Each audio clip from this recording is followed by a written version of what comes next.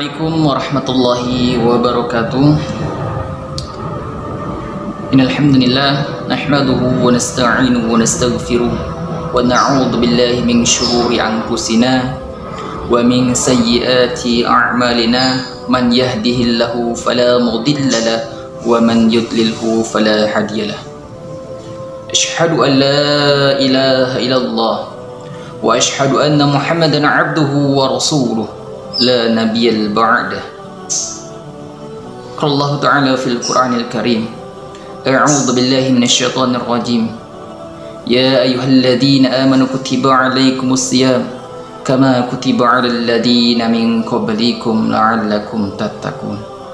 Shadaqallahul 'azim, shadaqallahu fil Qur'anil Karim.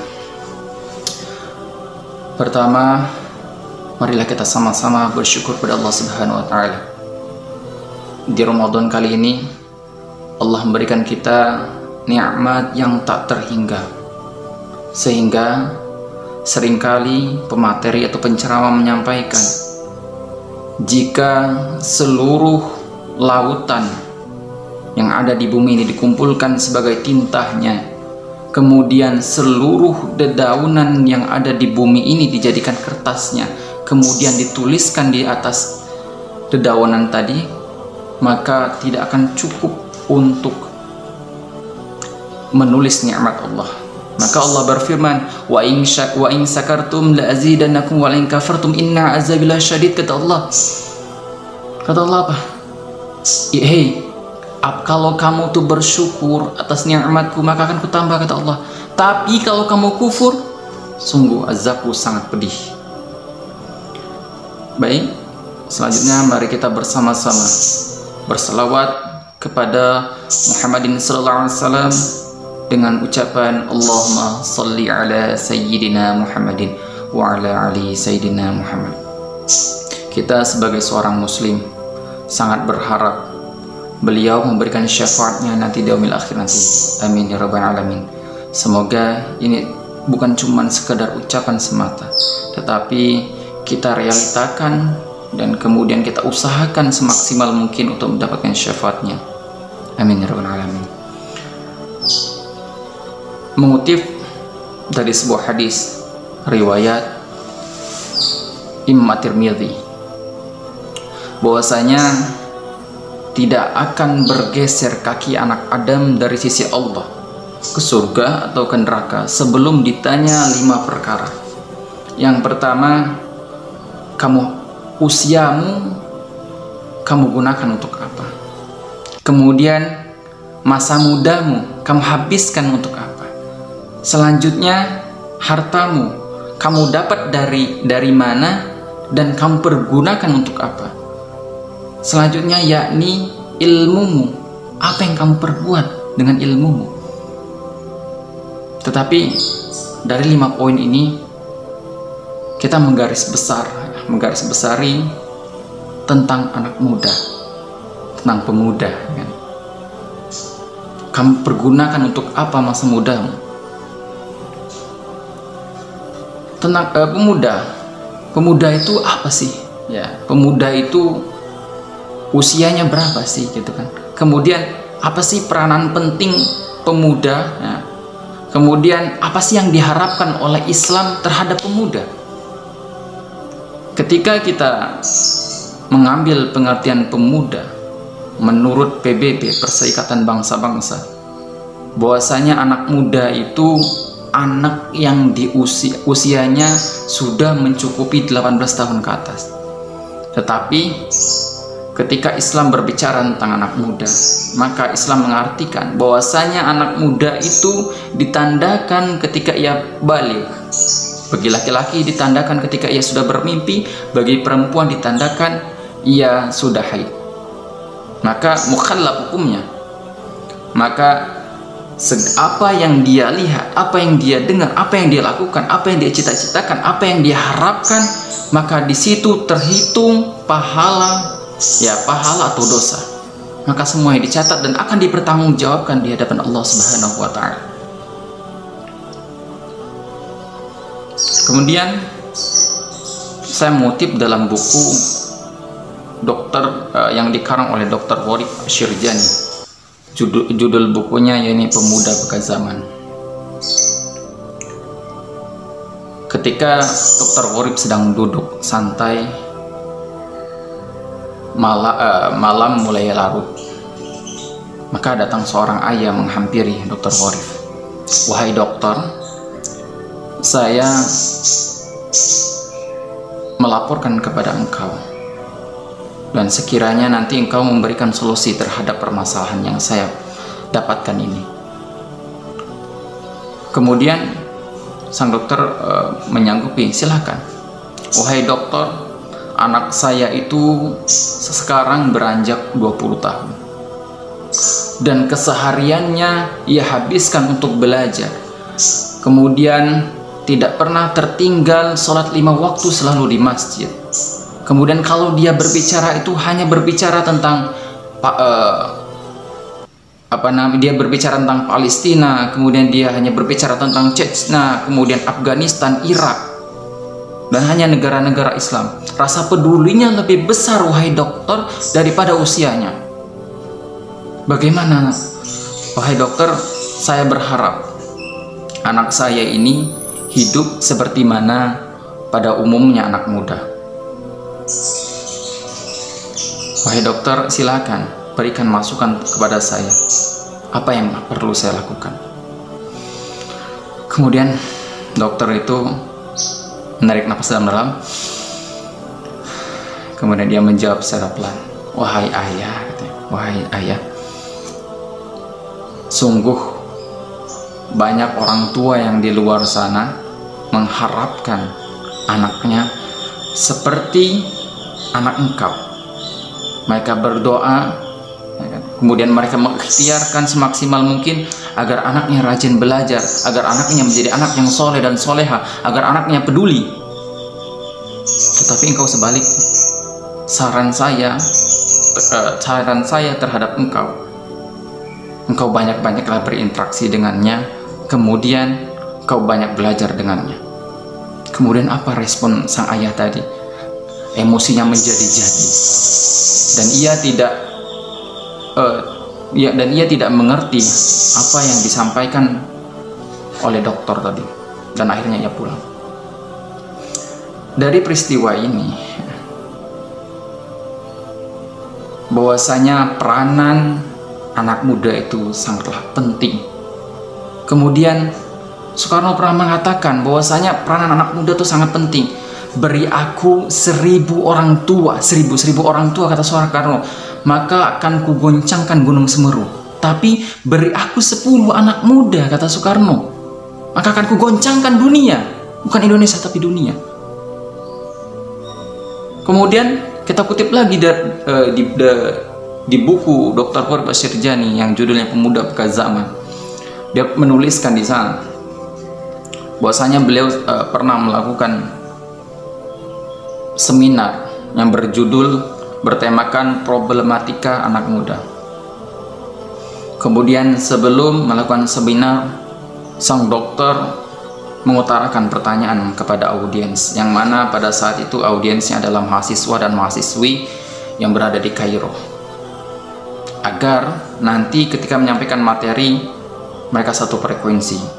Tidak sang dokter pemateri berada di satu lembah sedangkan audiensnya di lembah yang lain. Maksudnya dalam menyatukan pikiran. Kemudian antusias mereka mencatat jawaban mereka, problematika yang mereka alami pada saat ini, mencatat di selembar kertas. Setelah mencatat, kemudian mereka kumpulkan ke depan. Kemudian sang dokter membaca satu persatu, dan ternyata betul yang diharapkan oleh dokter, materi yang akan disampaikan itu tidak sesuai dengan apa yang mereka tulis. Yang mereka tulis adalah masalah pribadi mereka, bukan masalah yang besar yang terjadi pada saat ini, yang sebenarnya adalah anak muda harus berperanan penting. Yakni salah satu masalahnya adalah kurangnya uang jajan, kemudian takutnya menganggur setelah tamat kuliah, kemudian ingin menikah tetapi dana belum terkumpul katanya. Kemudian apalagi onani, kemudian apalagi merokok, kemudian apalagi minuman keras dan lain sebagainya. Masalah pribadi semua. Lalu apa permasalahan apa yang perlu diselesaikan oleh anak muda, perlu dipikirkan oleh anak muda? Apa kira-kira permasalahan? Permasalahannya adalah ketika kita melihat banyaknya negara-negara Islam terjajah, banyak negara-negara Islam terjajah seperti negara-negara Palestina, Irak, Chechnya, Afghanistan. Negara-negara itu negara-negara terjajah. Setiap hari terjadi diskriminasi, kemudian penembakan, pengeboman, pemukulan. Ya, setiap hari terjadi berita banyaknya orang meninggal. Tentu hal ini yang perlu dipikirkan bersama oleh anak muda. Kemudian apalagi masalah-masalah besar, yakni manajemen pemerintahan yang buruk. Lihatlah pemerintahan kita sekarang, ya, manajemen pemerintahan yang buruk. Terjadinya KKN, korupsi, kolusi, nepotisme, kemudian apalagi suap dan lain sebagainya, sehingga negara-negara Islam itu keterbelakangan, jauh dari negara-negara kafir, negara-negara Barat. Ya, kita sebutlah negara-negara non-Islam, jauh maju daripada negara-negara Islam dan lain sebagainya. Banyak hal besar yang perlu dipikirkan. Tetapi ketika kita melihat realita anak muda zaman sekarang, ya, kemudian bagaimana? Ya, bagaimana negara-negara Barat, orang-orang non-Muslim itu sangat membenci Islam dan dia memerangi Islam, merusak anak mudanya tidak dengan 3F. Yang pertama adalah fun, food, fashion. Fun, food, fashion, kita ulangi. Fun itu dengan kesenangan, food itu dengan makanan, kemudian passion itu adalah berpakaian. Bagaimana negara-negara luar menghancurkan kita, dan bodohnya kita sebagai anak muda mengikuti alur dan mempelajari, bahkan menerapkan dalam sistem kehidupan kita sehari-hari. Yang pertama apa? Yang pertama adalah fun. Fun itu apa? Pacaran, kesenangan, pacaran. Kemudian tiktokan yang menanggalkan aurat, kemudian dilihat oleh laki-laki yang bukan mahramnya. Kemudian apa lagi? Menyukai, ya, apa bahasa sekarang, K-pop dan lain sebagainya. Padahal Rasulullah SAW pernah mengatakan, man tasabbaha biqaum fahuwa minhum. Barang siapa yang mengidolakan seseorang, mengidolakan, mencintai, mengagum-agumi, ya kan, maka dia akan dikumpulkan bersama dia. Bayangkan kalau kita mencintai orang yang kafir, kita mengidolakan orang yang kafir, maka kita akan berkumpul di nerakanya Allah Subhanahu wa taala. Nauzubillahi min dzalik. Maka perlu kita koreksi dan perbaiki diri kita. Kemudian pacaran, fun, pacaran, budaya pacaran.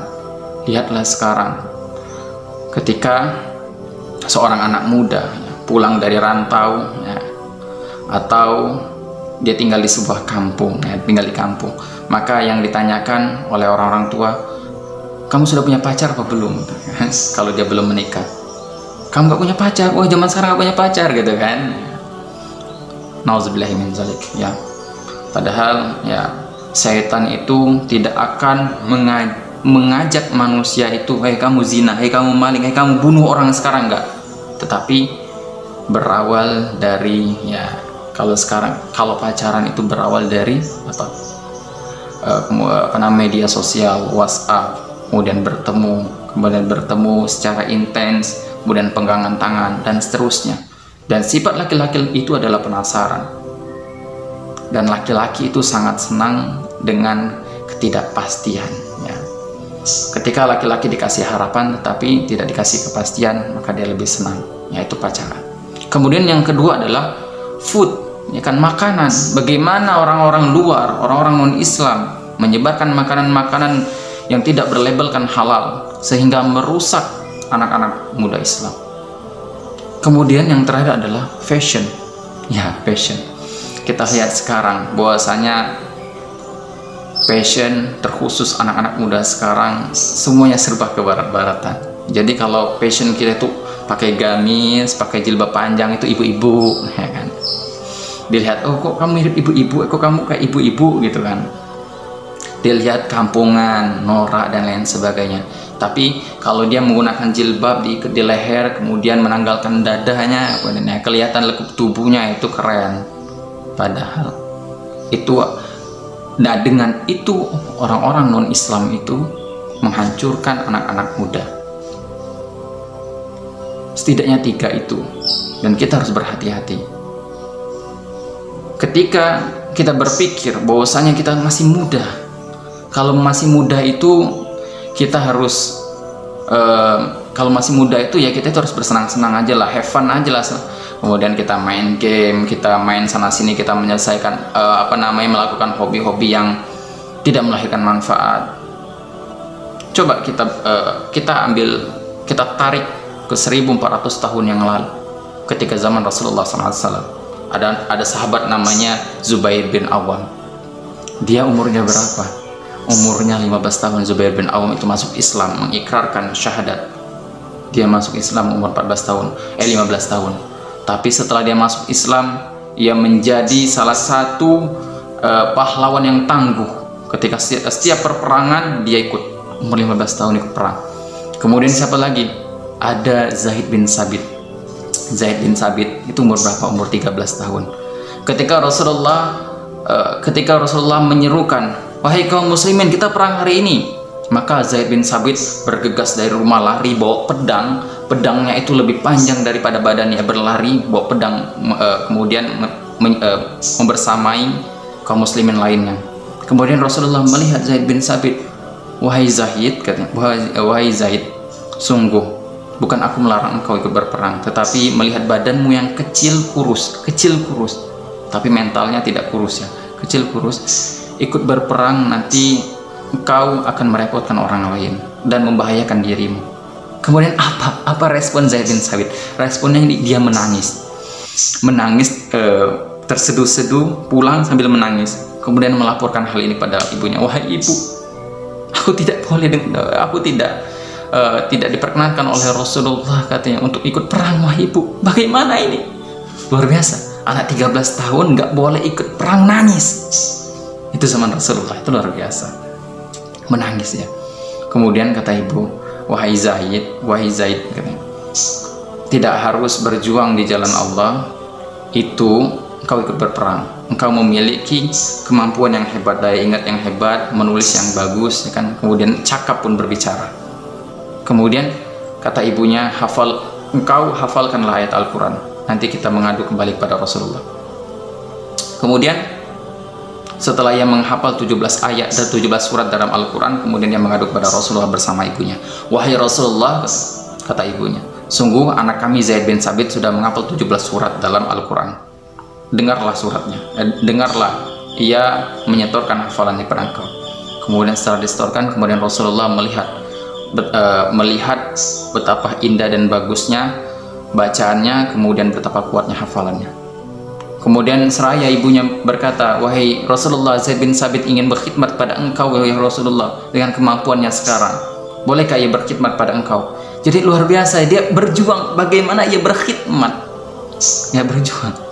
Nah, kemudian kata Rasulullah, baiklah, karena Rasulullah melihat kecakapannya dalam berbicara, kemudian kemampuan dalam menghafal. Sekarang engkau hafalin, engkau kuasain bahasa Yahudi. Kemudian bergegas Zaid bin Sabit belajar, kemudian menguasai bahasa Yahudi dengan baik dalam waktu yang singkat, sehingga dia seperti orang Ibrani. Kemudian dia menghadap dengan Rasulullah, wahai Rasulullah, saya sudah menguasai bahasa Yahudi.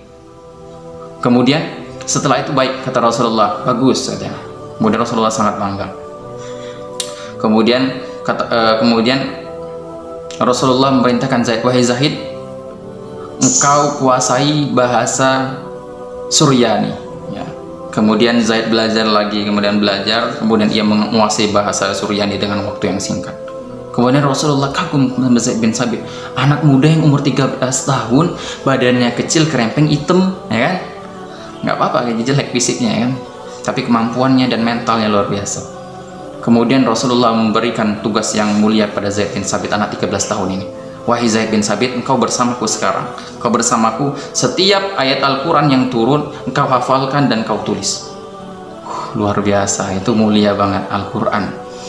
Anak 13 tahun diberikan amanah menghafalkan Al-Quran, menghafal dan mencatat, sehingga waktu berjalan ketika wafatnya Rasulullah, maka tidak ada satupun sahabat yang mampu, yang memiliki kemampuan seperti kemampuan Zaid bin Sabit.